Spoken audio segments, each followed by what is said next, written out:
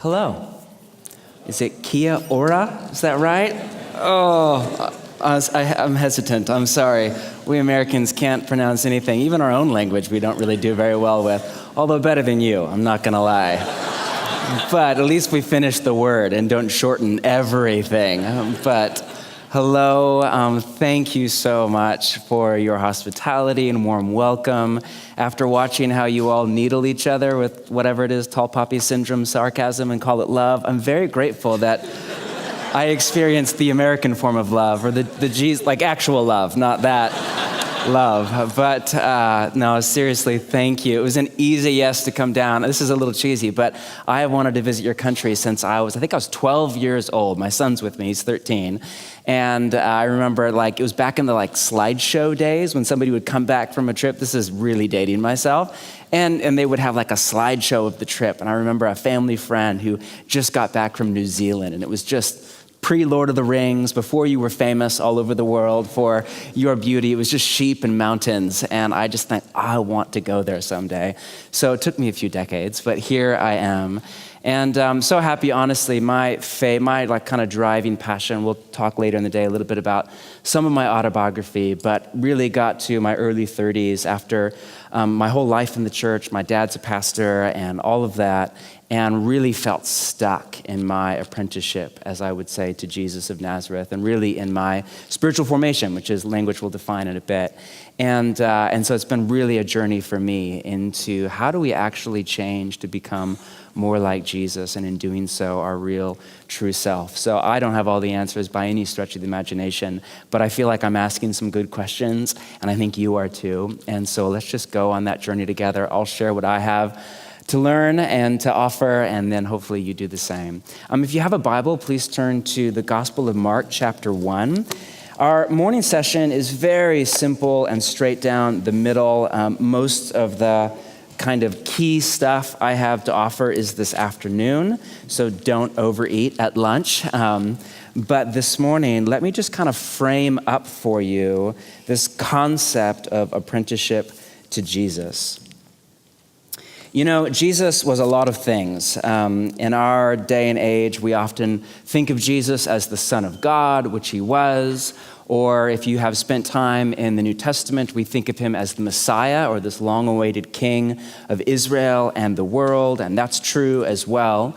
But if you were a first century Jew and you were just to rock up to synagogue one Saturday or Sabbath morning, and there was a guest rabbi in town to teach from whatever, the most likely category that you would have put Jesus in was that of a rabbi. Now, rabbi is just a Hebrew word meaning teacher, and a rabbi would travel around from city to city or village to village, from Sabbath to Sabbath, and he would teach from the Torah or the Jewish kind of writings of a vision of how to be human. He would offer what was called his yoke, which was his way of reading the Torah, his way of kind of being human in the world.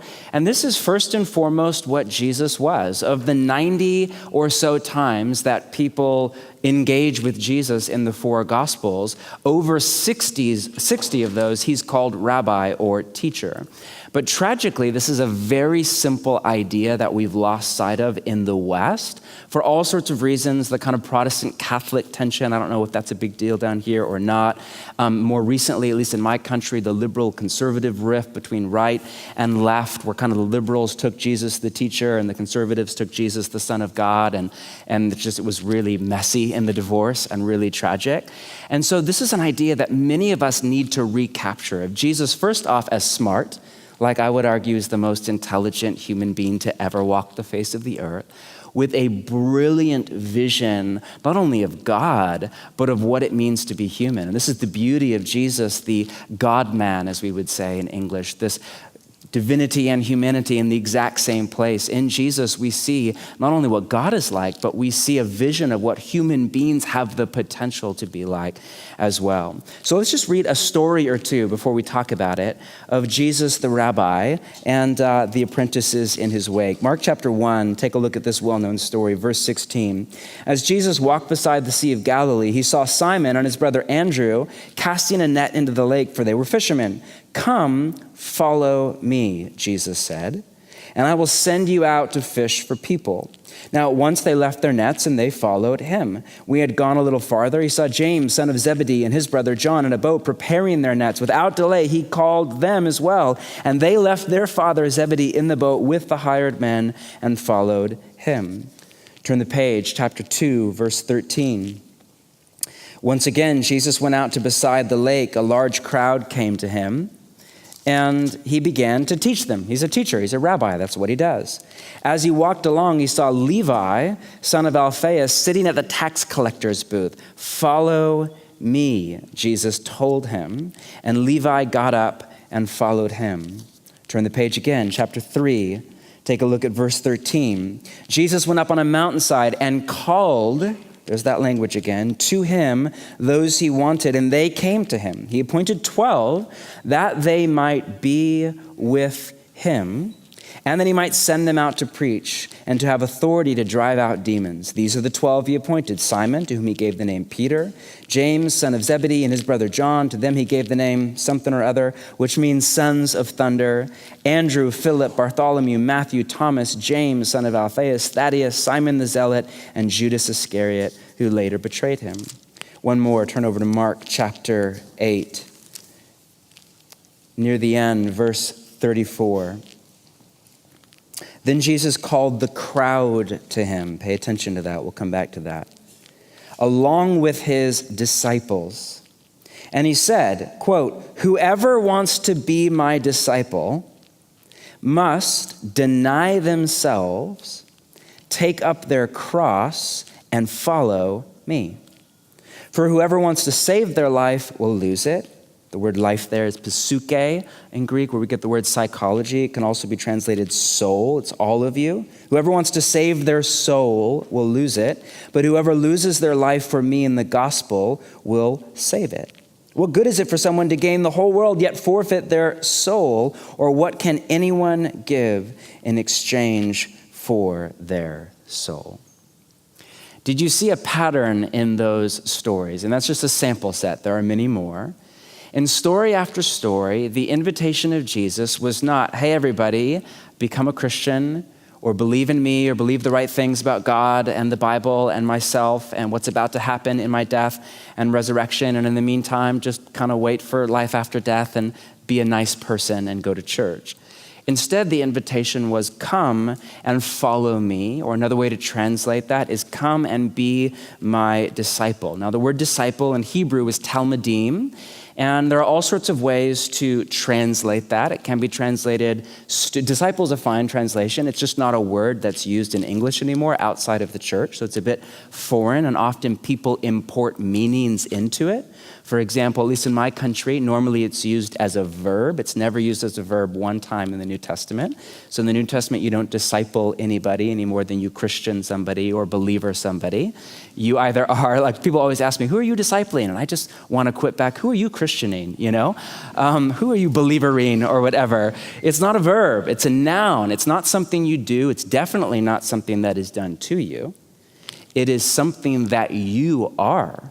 It is something where the onus of responsibility is not on a pastor or a mentor. It is actually on you as a disciple of Jesus. So disciple is a fine word. It's just not really used, and so we kind of make up meanings for it. Student is also a valid translation, but often then we think a kind of university system, like I have class with Jesus Monday, Wednesday, Friday, from 10 to 10:50 or whatever. Follower is also a valid translation, but now social media just ruined that for the world. So it's like, I love Jesus. I follow him on Instagram. He's great. Instagram stories, like doing things with spit and healing people. It's great. Whatever. But honestly, I think the best word, a number of scholars argue that the best word we have in the English language, which I think we both speak, almost, kind of, sort of, is this. That wasn't a slam. I mean, it's like we kind of speak the same language, but then you keep saying things and I have no idea what you're saying, My goodness. But a number of scholars argue that the best word we have to capture the idea behind talmidim, or the Greek translation of that as well, is this word apprentice. To follow a rabbi was to be an apprentice of a rabbi. Now, the hard truth, just to begin our time, is we might think of, apprenticeship or discipleship as a foreign kind of concept from the ancient world, not the modern one. But the reality is it's not at all. The hard truth is we are all disciples or apprentices or followers, whatever you want to call it, of somebody or something. The question is not, are you a disciple, but who or what are you a disciple of? Now, in the West, in particular in your country and mine, where we have this myth of like the rugged individual out to sail across the world and ruin it, but that's a whole other thing. We have this like kind of ethos, this celebration of the rugged individual, and we want so badly to believe that we are in charge of our own destiny. But it's just not true. As the poet said, no man is an island, and neither is a woman. At some point in life, you have to chart a course, or you just wander. And to do that, we need, first off, a vision of some kind of a destination. And that, ironically, vision has to come from somebody else who's been there. And then we need either a map or, even better, a guide who ideally has been there as well, or at least is further down the journey, to show us how to get from here to there, from birth to what we would call the good life. You need a community to journey along with. You need grace for that journey. And if your vision of what in both our countries we would call the good life, if it is good and beautiful and true, and if your map is accurate or your guide knows what he or she is doing, then you are good. You are en route to a life of human flourishing. But if your vision is at all off kilter, if what you think is good is not as good as you think, if what we think is beautiful is not as beautiful as we think, or true is actually a bit of truth with a bit of lie, or if your map is inaccurate, or your guide is not trustworthy, or maybe well-meaning but just off the mark, then in time, over the years and over the decades, we end up in trouble. To follow Jesus, or if you prefer, to apprentice under Jesus, is to take his teachings. Again, he was a rabbi, his vision of the good life as the vision of the good life.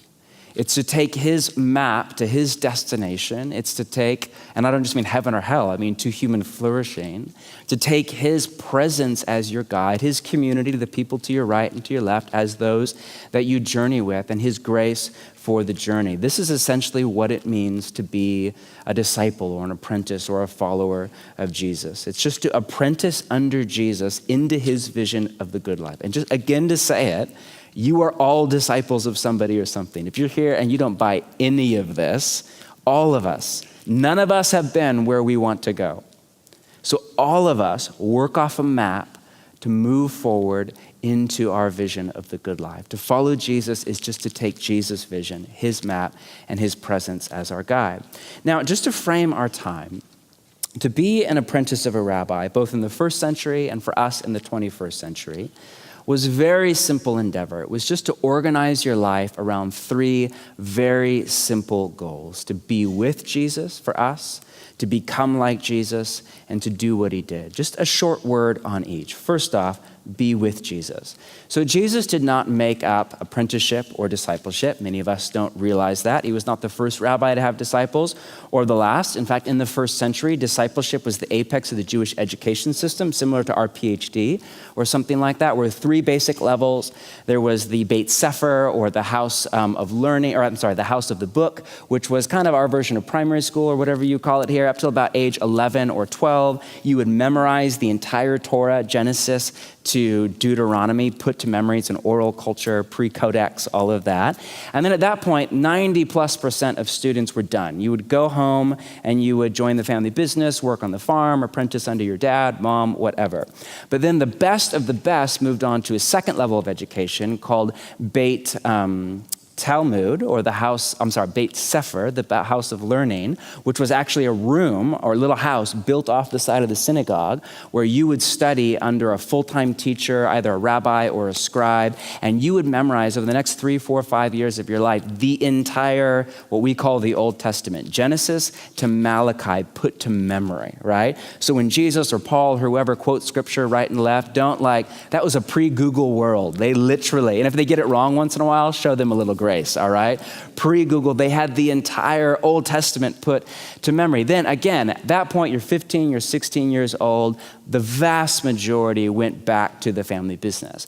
But the best of the best of the best, I don't know what you call it here, we'd say summa cum laude or the Rhodes Scholar or whatever, went on to this third level of education where you would apprentice under a rabbi. Now, this was really hard to get into. Again, this was the elite. You come from money, you have the right connections, you're brilliant, you have the student thing, all of that. And if you could get a rabbi to take you on, it was a really big deal. And at that point, you would drop everything, drop the family business, all of that, and you would follow a rabbi. Now, this wasn't a metaphor, this wasn't a word picture. You would literally follow him, as in you would walk behind him. You would go from village to village and from town to town, and your first goal was just to be with him. You were with him 24/7. You would sleep at his side, take your meals at his side, sit under his teaching all day long. In fact, he would walk with you. Class was open air environment. As you would walk from village to village for his next teaching, you would walk at a slow pace right behind him, say 10, 12, however many apprentices, and you would just listen to him talk, listen to him teach the Torah, his yoke, and you would take that on. There was a first century blessing that just said, may you be covered in the dust of your rabbi. This is from a pre-asphalt, or do you call it tarmac here? Again, we almost speak the same language, whatever. Pre-paved road, everything was dirt, and you would walk behind him, and by the end of the day, you were just covered in the dust of your rabbi, and this was a blessing in that day. Now, again, what does this mean for us 2 millennia later on the other side? I think somebody said that New Zealand's the farthest place in the world from Israel. Is that right? It sounds cool. If not, either way, you're here and you follow Jesus. And what does this mean for us? I mean, Jesus is not here in the flesh. How do we follow Jesus? Well, it's pretty basic math, and you know this, but now through Jesus' death and resurrection and the coming of the Spirit in Acts chapter 2 that we read of, now we all have access to Jesus through his Spirit. Jesus actually said this is better because when he was here in the flesh, he had to limit his close circle to 12. There's a few more than 12 followers of Jesus in the world now. And I mean, that would be really miserable if you really needed to have coffee with Jesus and you had to book it out a few centuries in advance or whatever. But now we all have access to Jesus through the Spirit. This means that the first and primary goal of our apprenticeship to Jesus is to live in connection to and awareness of the Spirit all day long. This is it. The reality is that the Spirit of Jesus is always with us. Tragically, we're not always with him. We're often on our phone or in traffic or in the middle of email or staff meeting or class or whatever it is that you do kind of during the week. It's one of the reasons that church or days like today that are set aside are so important, because we come back in our mind and our body to be with the God who is always with us. Our body is so often in a hurry as we move through the world. Often this means we just need to slow down and come back to the moment, because the moment is where we find God, not only in our mind, but in our soul.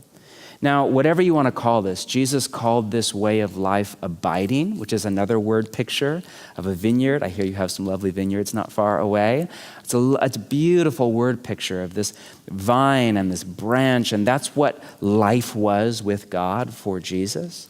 St. Paul later called this prayer without ceasing. St. Teresa, if you're familiar with her work, she later called it contemplation, which is language still used today.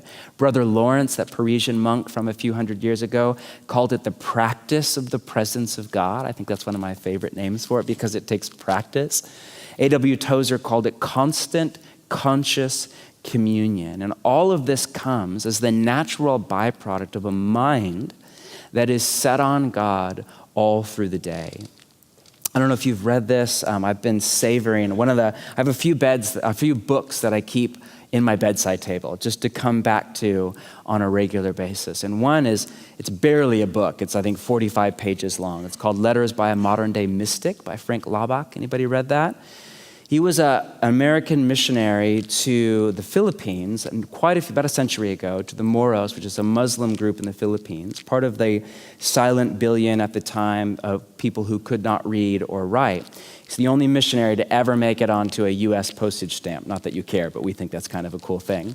And he's actually well known in academic circles and very well respected for his work around social justice and literacy. That's kind of what he's famous for in the secular world, but many people ignore the fact that work of social justice and literacy and his model of literacy is still used by millions of educational centers around the world, decades after his life and work.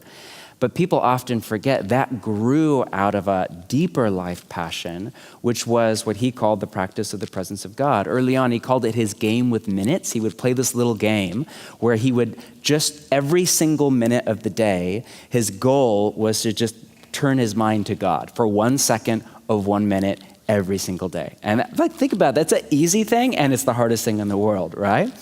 And you can read his little book, and it's just a collection of letters, and they're just beautiful. Let me just read one excerpt to you. He writes this: "Perhaps a man who has been an ordained minister since 1914 ought to be ashamed to confess that he never before felt the joy of complete hourly, minute by minute, now, what do I even call this? More than surrender, I had that before.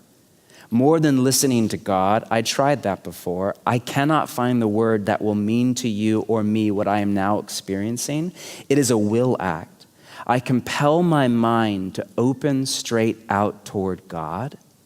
I wait and listen with determined sensitiveness. I fix my attention there. And sometimes it requires a long time early in the morning to attain that mental state, but I determine not to get out of bed until that mindset, that concentration upon God is settled. It also requires determination to keep it there, for I feel as though the words and thoughts of others near me were constantly exerting a drag backward or sideways. For the most part, recently I've not lost sight of this purpose for long, and I've soon come back to it. After a while, perhaps it will become a habit, and the sense of effort will grow less." Later in his journey, a few years into this, he writes this: "This concentration upon God is strenuous, but everything else has ceased to be so. I think more clearly. I forget less frequently. Things which I did with a strain before, I now do easily and with no effort whatever. I worry about nothing. I lose no sleep. I walk on air a good part of the time. Even the mirror reveals a new light in my eyes and face. I no longer feel in a hurry about anything. Each minute I meet calmly. Nothing can go wrong excepting one thing. That is that God may slip from my mind." I read that excerpt to you, and I know that's a bit long, because I think that's an autobiographical experience of what Jesus has for all of his apprentices. And this is harder than it was in 1914. We have this little demonic bean in our pocket called an iPhone, right? Which is quite helpful at times, but not in this. We have the busyness of life, and you're in a city and there's noise, and we're in this secular narrative that is just swimming in our mind all of the time. But this is the beginning point. Some of you, if you're new at all to Jesus, and there's a lot to this whole thing and 2 millennia of tradition, and you're thinking, where do I even start? Very simple, you start right here. You just slow your life down. You take out your schedule, you get a red pen, and you just murder about 19 things. That's it. You just get violent with your schedule. Or maybe you start with 2. I'm a little bit over intense. I apologize. Start with 2. Kill 2 things out of your morning or your day routine or your week. You slow your mind and you just begin to set your mind on God. If you know much about the monastic tradition, where fixed hour prayer comes from, where they would have 7 set times during the day to come together for prayer, you'd read a psalm or a liturgy. It was just an attempt at this. It was just training wheels to a bicycle. Do you have training wheels to a bicycle? Do you have bicycles here? Yes? Yeah, I think. We're at the edge of the world. Who knows, people, right? But it's just mental training wheels. Call it neuroplasticity, call it fixed hour prayer, call it abiding. It was just, they would pause 7 times in a day to just come back to the moment, and above all, come back to God, and let it begin to become a habit in your mind. Let the way that God wired the neurobiology of your mind begin to reform into a mind that is set on God, to where more and more, when you get a moment of quiet, you're at the stoplight, you get a break between email, you are walking out to your car, your mind just goes back to God, goes back to God, goes back to God. A.W. Tozer, one of the most famous mystics of the 20th century, writing from the busy city of Chicago in his day, said that as we set our heart's attention on Jesus, I like that language, he said this: a habit of soul is forming, which will become after a while a sort of spiritual reflex, requiring no more conscious effort on our part.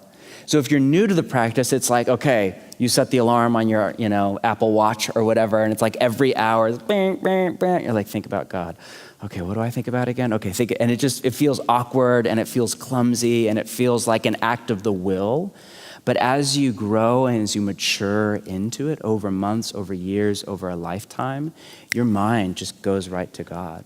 The second it has a moment, you wake up and the first thought in your mind will be God. And you will begin just to live more and more from this connection to and awareness of the Spirit of Jesus. Dallas Willard, who's the most important teacher outside of the New Testament in my journey with Jesus, has this wonderful kind of paragraph about the practice of the presence of God. And at the end, he writes, soon, after just a long time of practice, our minds will return to God as the needle of a compass constantly returns to the north. I love that. I love that imagery. The needle of a compass just goes back to the north, goes back to the north. Your mind will begin to just go back to God, go back to God, go back to God. My point is that what all of these master teachers of the way of Jesus, down through church history and going all the way back to the writings of the New Testament, and of course, Jesus himself, what they all attest to is that if you keep at this, your mind will reshape, it will reform, your neural pathways will begin to set the heart's attention on God. The heart, of course, in biblical literature is this trifecta of your thought life, your emotions, and your will or your desire. It's what you think about, what you feel, and what you want. This core aspect of you could define that as your spirituality, because all 3 of those things don't really work under a microscope. The mind in particular is one of the great mysteries of science, as I know just enough to be dangerous about science. But you can't take a mind, you can take a brain and you can analyze that. You can't analyze a mind. So there's this spiritual part of you that the writers of the Bible call the heart. What you think about, what you feel, and what you want. The will is even more than the mind, impossible for scientists to track. This inner influx, that is what separates human beings from the animals. It is, you could argue, the most important thing about you, your will, your capacity, agency, your freedom to choose between one option or another. And this center of you, your heart, your thinking, your feeling, your desire, as you begin just to, through your mind, set it upon God, set it upon God, as you begin to see who God actually is, as put on display through the love of Jesus, as you begin to notice the way that God is looking at you, as you begin to see the way that God is looking at you with love and compassion, with truth, but with overwhelming hospitality and welcome and a smile on his face. That is the beginning point. We'll talk this afternoon about how we change. That is the beginning, and it is the baseline, and you never move on from that. This is just the baseline of our apprenticeship to Jesus. Just a life with God all day long. And it's the best part. Like, I like to quip that the best part about following Jesus is Jesus. And often we forget that. We think the best part is like, meeting a girl at church or whatever it is. Or the best part is an answer to prayer or healing or the prophetic or life. For me, the older I get, the more I think the second best part is the transformation of the soul into Christ likeness. All of that is true, but the best of the best is just Jesus himself. Secondly, your goal as an apprentice of Jesus is to become like Jesus. Again, rewind to the first century. If you were an apprentice under a rabbi, this is millennia before the kind of hyper-individualism of the Western world. You wanted to be your rabbi. You would literally dress like him.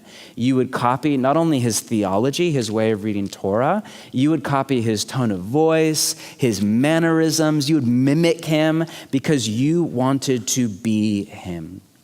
Now, as apprentices of Jesus, our goal is the same. It is to become like our teacher, and in doing so, become our real, true self. Again, tragically, this needs to be said. Again, I don't know your country. I've been here half of a day. I love it. By the way, the rivalry between Australia and New Zealand, you win, hands down. Just, you win. But what can I say? I'm 12 hours in. Maybe it's just the best parts or something. I don't know. But this tragically needs to be said. There's this gross, heretical, at least in my country, kind of take that the point is just to kind of have a relationship with Jesus and go to the right place where you die. What a tragedy that the transformation of the soul is not front and center for many followers of Jesus. Philosophers argue that there are three great questions in life. Who is God? Who are we? And what is the good life?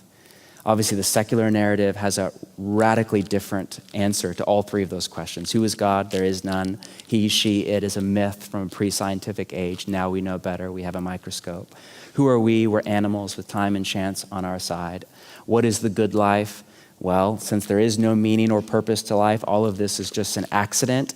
So basically it's pleasure or happiness, depending on who you talk. Just feel as good as you can for as long as you can until you die, unless the Silicon Valley gets its act together and we can upload our consciousness to the internet and live forever, right? Which is what half of my country thinks is going to happen. It's just nonsense. It's a religion. It's a bad religion. It's a worldview. Those are answers to the questions from the secular perspective. Jesus has very different answers to who are you, who is God, what is the good life. To apprentice under Jesus is to place your trust. The word is usually translated believe in the New Testament. When Jesus says repent and believe in the gospel, again, we almost speak the same language. Believe in American, for most people, means say yes in your mind to, and that's great. But the bigger idea behind that Greek word is to place your trust in. So, it's not I believe that the sun is X number of miles away from the earth or whatever. To believe is when you get on an airplane, that's trust, not belief. Like you trust that it will take you where you want to go and hopefully you won't die along the way. And you actually place the weight of your life into that metal tube and somebody you can't even see behind a door that is now locked, right? And you place your trust in it to go where you want to go. This is what it means to believe or to trust. To apprentice under Jesus is to believe or to trust in his answers to those human questions. Who is God? Who are we? What is the good life? It is to let his vision of God, his vision of humanity, and his vision of the good life shape your own. This is why if you go all the way back to the book of Genesis, what is the temptation in the garden? It is a temptation to doubt the goodness of God and to redefine good and evil based not on the voice of God, but based on the voice in the ear, personified by the serpent, and the desire of your own heart. That is the human condition. Fast forward however many millennia to where we are now, it's still the exact same temptation on repeat. Don't trust what God has said about his love and goodness toward you, and don't trust his definition of good and evil and human flourishing, whether it's about money or sex or power or whatever it is for you. Rather, trust the voice in your head and the desire of your heart. This is where the rubber meets the road. That's why Jesus would constantly call people to repent, which is a word that can be translated rethink your worldview, and believe. Place your trust in Jesus' teachings. Again, he was a teacher in his vision of reality. And this is really what it means to apprentice under him. You know, there's a progression in our spiritual formation. We'll define that word this afternoon. It just means how we're formed from the inside out. There's a progression from believe to become to behave. Put another way, what we believe or the stories that we trust in our mind or the ideas that we trust in our mind shapes the person we become, right? We live into that through habit. Habit has this effect on the fiber of our being, which in turn shapes how we behave. We just naturally live less out of willpower and more out of habit and character. You know, I hear people rail against behavior modification and moralism all the time, and I get that, and maybe this is just because I'm in a hyper-progressive, very non-Christian city, but I'm pretty sure that Jesus wants to modify my behavior, at least. I know there's quite a bit of it that I would like to modify because it's not in line with the Sermon on the Mount. There's just a little bit of discrepancy in my life between Matthew 6 and 7 and my own day-to-day life. Not much, just a tiny bit, you know, just a scotch, and I'm pretty sure that, morality is about human flourishing. It's about good and evil. It's about what is the good life. So to beat up on behavior modification or moralism is a tragic, I think, misreading of what Jesus is on about. But what's right about that, and why people have a gut reaction, particularly people who grew up in a legalistic or kind of hyper-conservative wing of the church, what's right about that is Jesus is after more than behavior modification. He's at the core of who you are, like, again, your heart, what you think about, what you feel, and even what you want. He's at the core of the truth or the lies that we place our trust in and believe and live from, who we become. He's after the spiritual formation of our core because the heart, everything comes from the heart. And the dream is that as we apprentice under Jesus, as we hear his vision of the good life, of good, evil, beautiful, true, what is it? As we place our trust in it, as we index our heart, our thinking, our feeling, or even our desire toward him and his vision, that we begin to change from the inside out into the kind of people who just over time are naturally like him, the kind of people for whom it would be easier to trust in God than to stress out. It would be easier to move slowly through our day in calm gratitude than to live in this hurry and this stress and this chaos. It would be easier just to say thank you and enjoy what we have than to live from greed. It would be easier to celebrate the success and life and flourishing of a friend or a competitor or a colleague than it would be to give in to the envy of the human heart. It would be easier to love our enemy than to do violence toward them or even gossip about them. It would be easier to celebrate than to criticize, to rejoice than to be sad, to love than to hate. This is the kind of person that we want to become through our apprenticeship to Jesus. You know, and it's really the most important thing. We'll talk again all afternoon about this, but Dallas Willard used to say that the most important thing that Jesus gets out of your life and that you get out of your life is the person you become through your apprenticeship to Jesus. And this is what you will carry with you into eternity. And this is the heart of an apprentice of Jesus, just this relentless, ruthless desire to change, grow, mature through the grace and love of God, to become more like Jesus. Because in our worldview, and this is radically different than the secular worldview that we live in and we experience through our phone feed every single day, which is out of a capitalistic system that wants to commoditize, that wants to monetize everything and everybody, and wants to make money off of your disorder, desire, your sin, your human condition, your angst, your lack of fulfillment, your lack of meaning. It just wants to monetize all of that.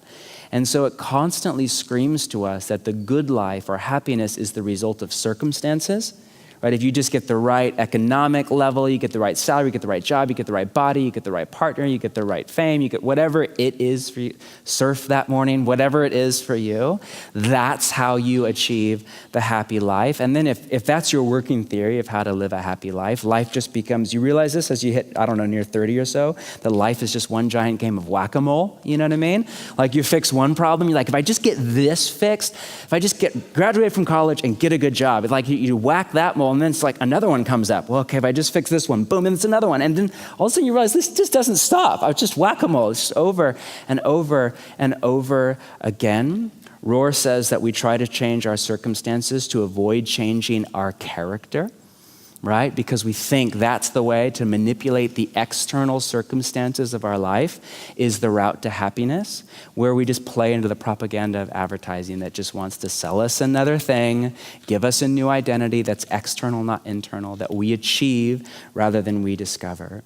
Jesus would say that a better route to achieve, I don't think he would use the word happiness, he would use the word joy or something like that, is to become the kind of person who is happy no matter what the circumstances are of your life.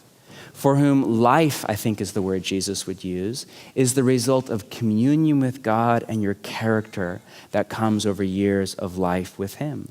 To become the person who has by nature the inner disposition of peace, of Jesus, as laid out in Galatians, love and joy and peace and patience and kindness and gentleness and goodness. And, counter to what many people think, as we become more like Jesus, we don't become clones. Like that's the fear of every Western. What if I'm like everybody else? The horror of it, right? But actually, we become more our real, true, best self. The irony of Western society is that for all of our focus on individualism, sin makes people the same.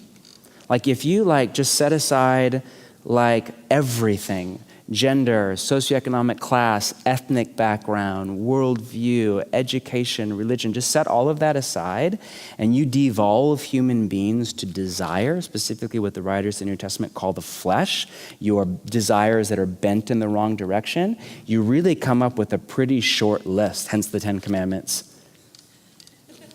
I mean, seriously. Think about it. You come up with the 10 Commandments people often exalt as this moral. It's like baseline morality. Don't murder. Right? Jesus takes it a little bit farther than don't kill people, Don't have an affair. It's baseline morality. Don't lie. Baseline morality. You devolve, and it's ironic. When people are run by desire, when people are, in the language of the New Testament, in slavery to desire, which is ironically what the Western world has redefined and called freedom, the freedom to do whatever you want, which is shocking because that is literally what the New Testament calls slavery. Then you devolve to this baseline, what the New Testament calls the flesh. It's this animalistic, primal part of who you are, for lust, for sex, for greed, for instant gratification, for power over others, for the ability to do whatever the heck you want and nobody to tell you different. But if you follow Jesus and you die to yourself, right? And you let those desires, the ones, not the healthy ones that are from Jesus, but the bent ones, you put them to death, you set them aside, you ironically are set free from the need to posture and perform to fit a stereotype in order to achieve and experience love. You realize I am loved. The mess that I am right now, I'm loved. I won't be more loved when I get my act more together. I will be loved then. I'm loved now. And then you are actually free to explore the full range of your personhood, the good, the bad, the ugly, to meet the reality of who you actually are in the safe place of the Father's love and compassion, to begin the slow journey to move forward in Christ-likeness, and then you're actually set free to be who you are. The most individualistic people I know are all really old followers of Jesus. None of them dress cool because they don't care anymore, And it's not just because there is a uniqueness, there is an individuality, there is a freedom that comes from the people who die to self, follow Jesus, and ironically become the person that God had in mind before they were in their mother's womb. M. Scott Peck says it this way: if ever one has the good fortune to meet a living saint, one will have met somebody absolutely unique. Though their visions may be remarkably similar, the personhood of saints is remarkably different. This is because they have become utterly themselves. God creates each soul differently so that when all the mud is finally cleaned away, his light will shine through it in a beautiful, colorful, totally new pattern. Finally, goal 1 is to be with Jesus. Out of that, goal 2 is to become like Jesus. And finally, goal 3 is then in time to do what he did. Or really a better way to say that is, to do what he would do if he were me. Did you have the 90s phenomenon of the WWJD bracelet? Did that hit over here? Fantastic. See, we share a lot. We share more in common than we want to admit, right? And that's kind of a great question, but it's kind of not all that helpful. You know what I mean? Like, what would Jesus do if you're like a young mom and you're breastfeeding? What does Jesus say about breastfeeding? Is he natural birth, water birth, epidural? No. What would he say? Like, he doesn't say anything about that. I'm sorry. He was a man and he didn't even have a wife, much less a child, right? So a more helpful question is, what would Jesus do if he were me? What if he was a 17-year-old girl who was a student? What do you call it? We call it high school, in school, whatever. What would he do if he were a 69-year-old widower? If he was the executive at a company? If he was a barista at your local coffee shop? If he had no idea what he was supposed to do with his life? How would Jesus live if he had your personality, your Myers-Briggs type, your Enneagram number, your gender, your socioeconomic status, your family of origin, your ethnicity, your national history? How would Jesus live if he were me? That is the driving question of an apprentice of Jesus. Because you think about, that's why I like this word apprenticeship. And as Newt said earlier, if you're an apprentice, like we still have, the only place that we use the word apprentice really in American culture is for the trades, all apprentice. So I don't know if you would say that here, but an electrician or a plumber or a carpenter, or sometimes in the arts, you would apprentice under a master art, any kind of craftsman or craftswoman. So like there's a guy in our church right now who's a volunteer who's an apprentice to become a plumber. It's a 4-year program, and his goal at the end of 4 years is not just to like answer the plumbing test like with 100% A++ and know all about plumbing. His goal is to plumb I don't know if plum's a verb, but okay, it is now, to plumb a house, right? To get a job as a plumber and do the work of his master teacher. And in the same way, and this is what I love about the Vineyard movement and kind of the charismatic movement that we have been just learning from so much over the last 5 years, is there's this recognition that Jesus does all that he does, not just teaching, but healing the sick and prophecy and social justice and all of it, political advocacy, everything. He does it not just because he's God, he is, but he does it empowered by the Spirit of Jesus. And we now have the same Spirit, where Jesus says at the end of the Gospel of John, like, you'll do greater things than these. Now, there's lots of debate and controversy about what the heck does Jesus mean there by like greater than raising the dead, greater than feeding 5,000. I don't know exactly. Is it quality? Is it quantity? I don't know exactly what he means by greater, but I know he doesn't mean lesser. Whatever it means, it doesn't mean lesser. Whatever greater means, it doesn't mean lesser. So like this Jesus mindset, no, he will go to the Father, which he said is better. The Spirit will come. So now we all have access to the Father's love.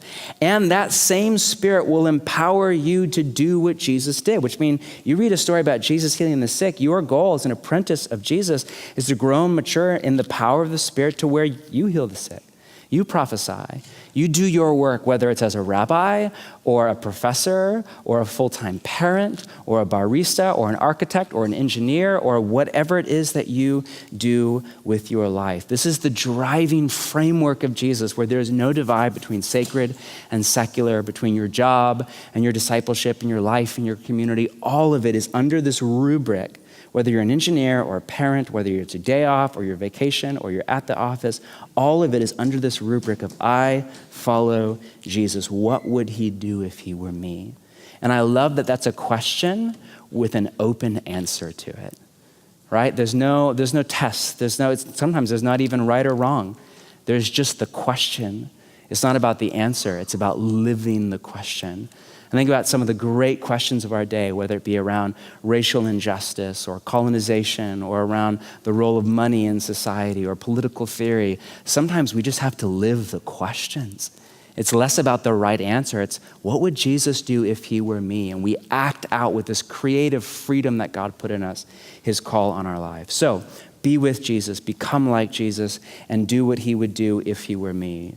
Now, this is what back home we call practicing the way of Jesus. And I love this language of the way. It's used all through the Gospels. It's not used much in the Western church anymore. And I love this picture because the way of Jesus is exactly that. It is a way of life. It's not just a set of ideas that we believe in our head or what we would call Bible and theology. It's not just a list of do's and don'ts, or what we would call ethics. It is both of those things, but it's more, not less. It is a lifestyle based on that of Jesus of Nazareth. This is why the 4 Gospels come to us as first century biographies. Any biography readers in the house?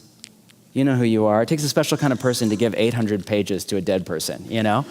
I'm not an avid biography reader. I dabble. Basically once a year on vacation, I read a few. So this last year I read Elon Musk and Martin Luther by Metaxas and another one. So but think about biographies. Why do most of us read biographies?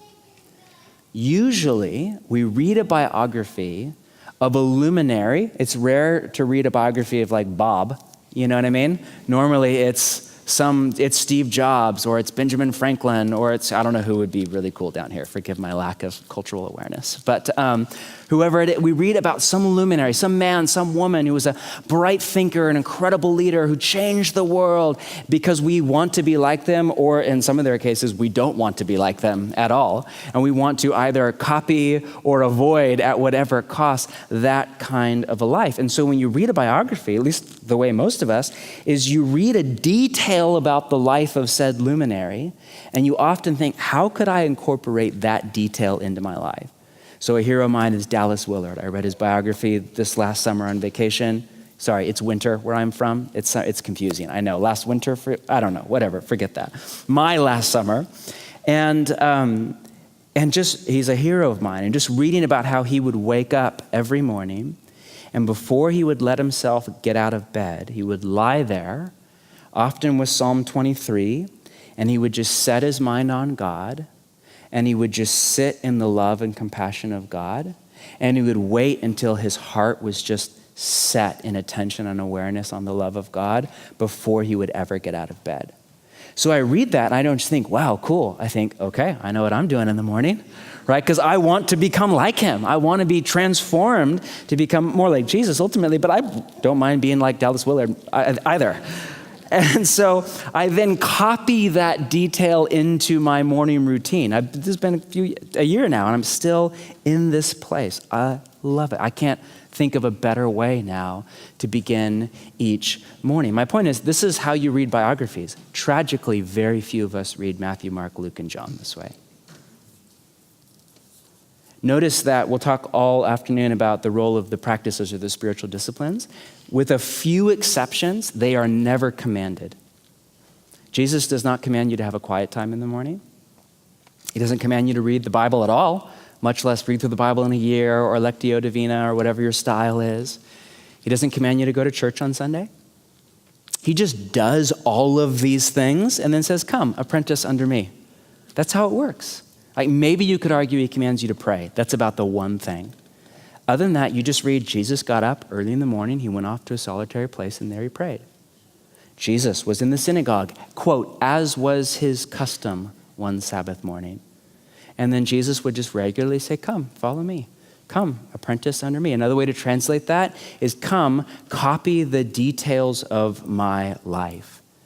And this is what all of the practices or the spiritual disciplines are. They are just attempts to copy the details of Jesus' morning routine, his weekend routine, his day-to-day, his lifestyle, to add not just theology, not just ethics, but his lifestyle, which is really where the money's at, to add all of that into your life.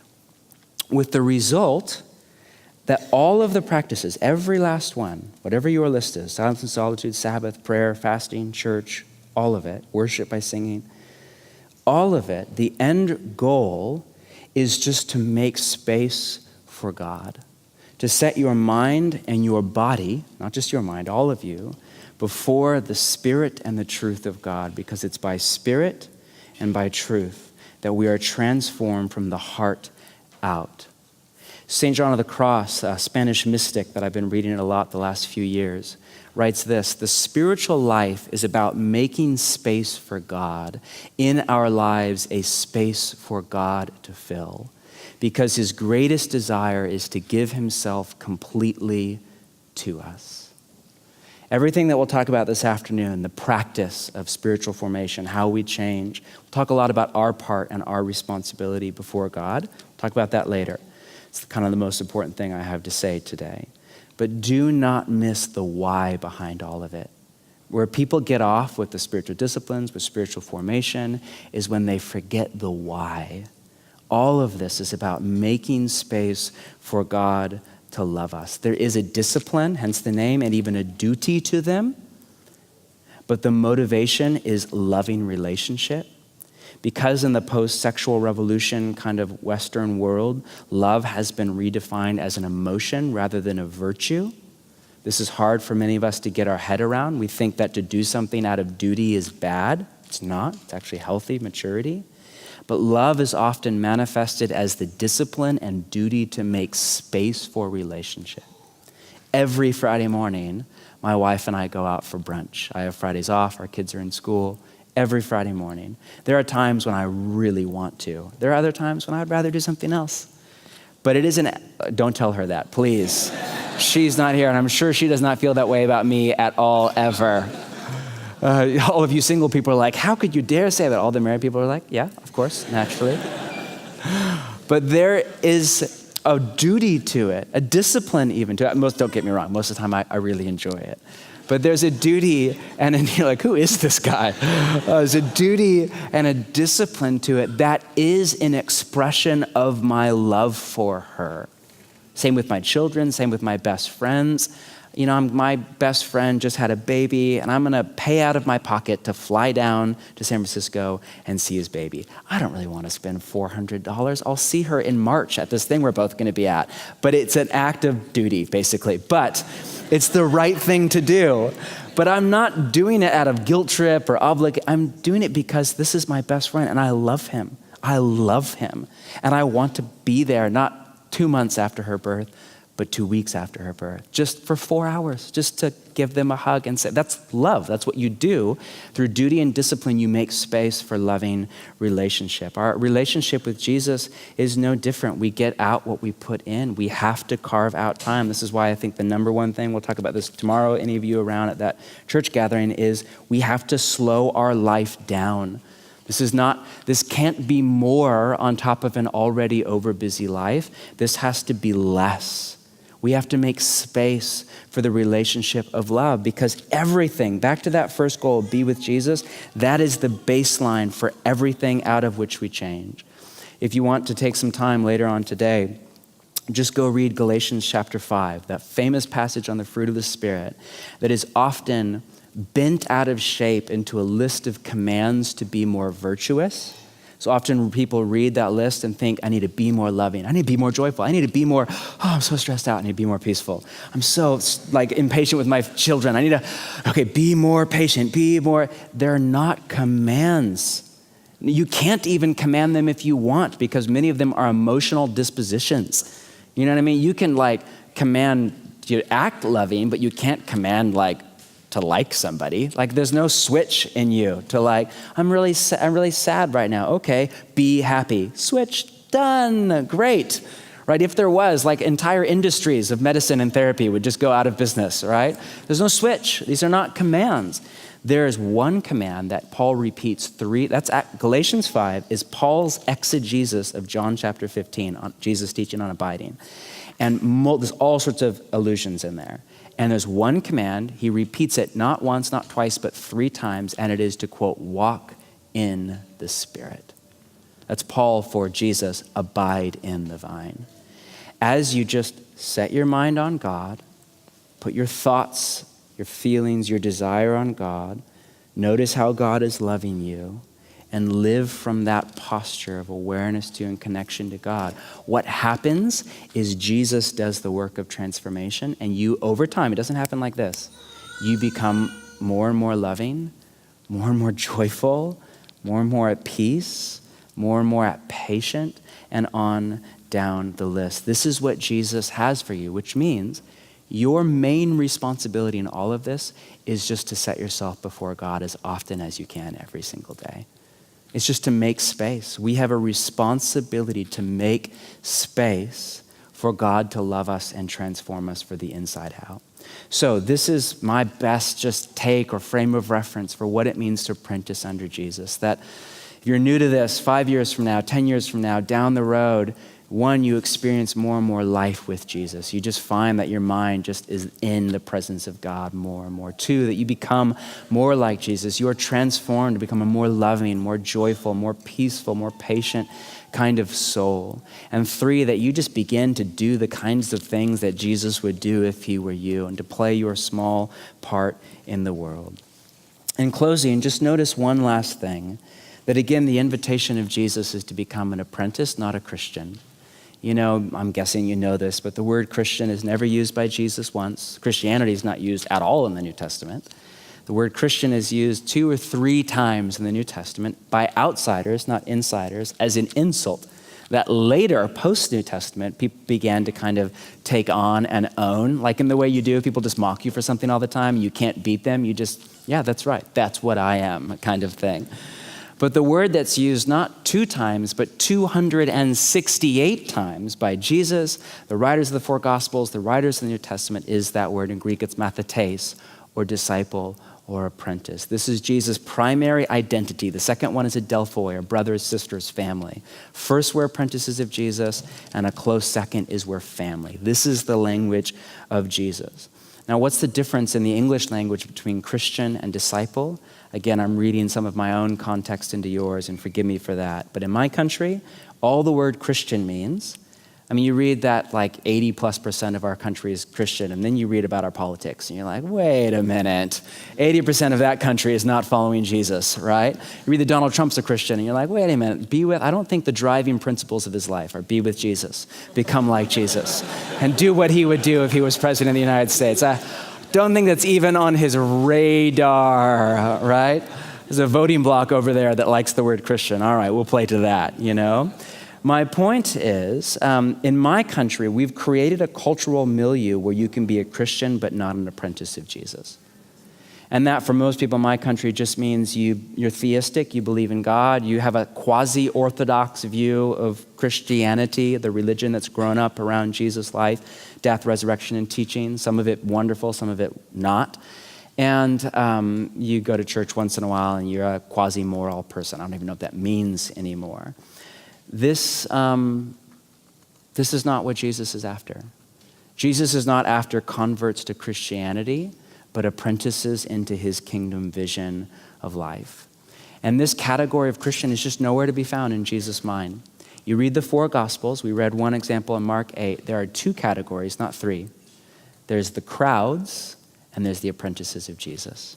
And the crowds are really ambiguous. You have no idea who's there. Jew, Gentile, Torah observant, not Torah observant, there for the right reasons, there for a free lunch. You have no clue who they are, what the motivation is, and that's on purpose. It's not to shame them. They're not bad. They're just this. The crowds are anybody. The crowds are everybody. And the invitation is always for the crowds to become apprentices of Jesus. What that means for many in the West is that the invitation is for Christians to become followers of Jesus. Right? This was, you could argue, the greatest issue facing our world today. And of course, this will cost all of us. We'll talk more about that this afternoon. Dietrich Bonhoeffer, writing under Nazi Germany, coined that famous phrase, the cost of discipleship, based on what we read in Mark 8. Come, deny yourself, take up your cross. Meaning this life begins with death. Saying yes to Jesus begins with saying no to all the other teachers and visions of the good life on offer. And he said, man, he was beating up on what he called cheap grace, which in his time was on the right, not on the left, and gave rise to the church's baptism of Nazism. And he was just an advocate against that. But many since him have rightly pointed out, yes, we have to talk about the cost of discipleship, but we also have to talk about the cost of non-discipleship. It will cost you to follow Jesus. It will cost you even more not to follow Jesus. In Jesus' own language, it will cost you your soul, your psyche, your psyche, the life that you crave. No matter what it is that does not go by the name of Jesus, it's never worth it. So again, this morning, very simple, more to say this afternoon, but this is what it means to apprentice Jesus, to be with him, to become like him, to do what he did, to experience his love by just making space for relationship, whether that means a death to busyness, a death to sin, a death to our individualism, a death to our antinomian kind of don't tell me what to do. We set this death because we believe on the other side of death is resurrection. And we believe that as we lose our life or our soul, we gain it. Let's stand together and just pray.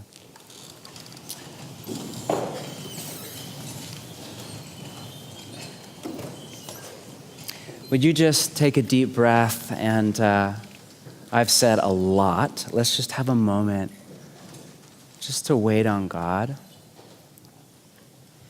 See what he would have for us before our break. Spirit, come.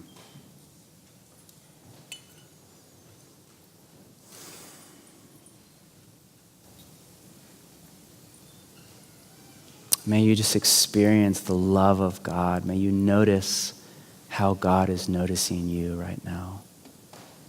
Sit in his love and his joy and his peace.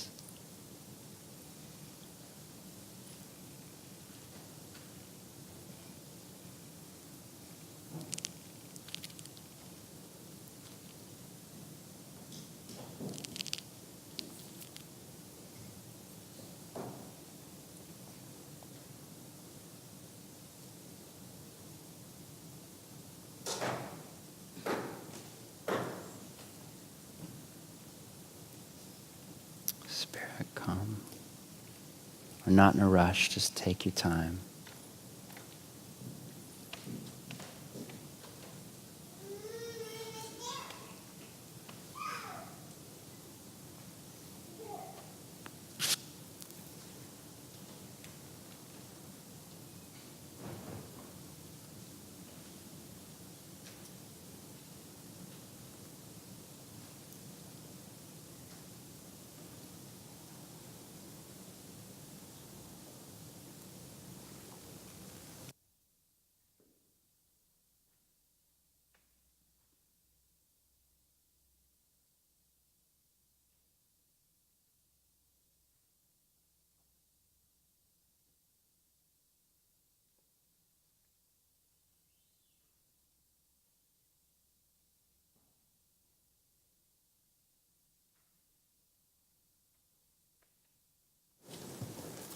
Before we end, I just would love to pray a little bit. If there's anyone in the room, and I don't know if there's one of you or 50 of you, and you've maybe grown up in the church or been in it for a while, and your experience has been a little bit more of the religion of Christianity than the way of Jesus, and a little bit more the behavior modification and moralism than the transformation by love and joy and peace. I just sense that there's some for whom hurt, some kind of an emotional or relational wound, is holding you back from apprenticeship to Jesus and the life that he has for you. And we don't have all the answers for that, and we're not therapists here, but we would love to just say yes to what the Spirit of God wants to do in your life and set you free and bring inner healing over that. If you resonate at all with that, this is a really safe place. Would you just slip your hand up? And we're just going to pray for you. We're not going to make you say your name. You don't have to say anything. You don't have to tell your story. Would you just, if you feel up for that, will you just thank you for that and just keep it up for a moment? We're just going to pray for you. That's all. Just keep your hand up. We're not going to take your debit card number or anything, I promise.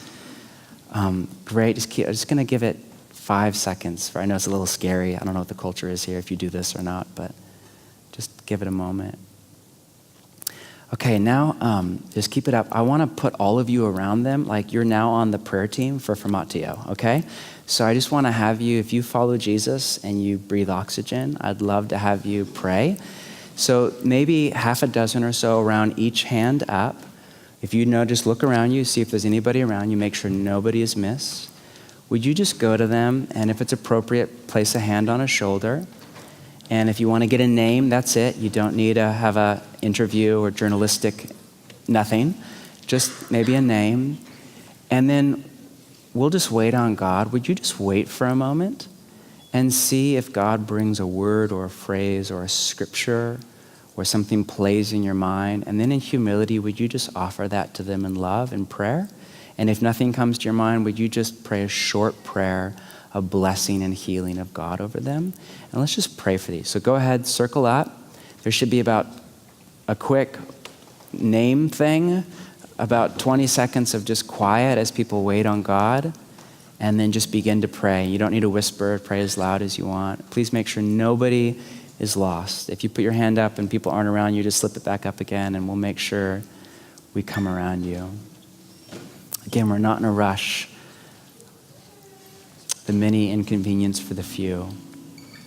Spirit, we just pray that even now, as these names are spoken out loud, that they would come before you and that you'd begin to offer truth and spirit and healing.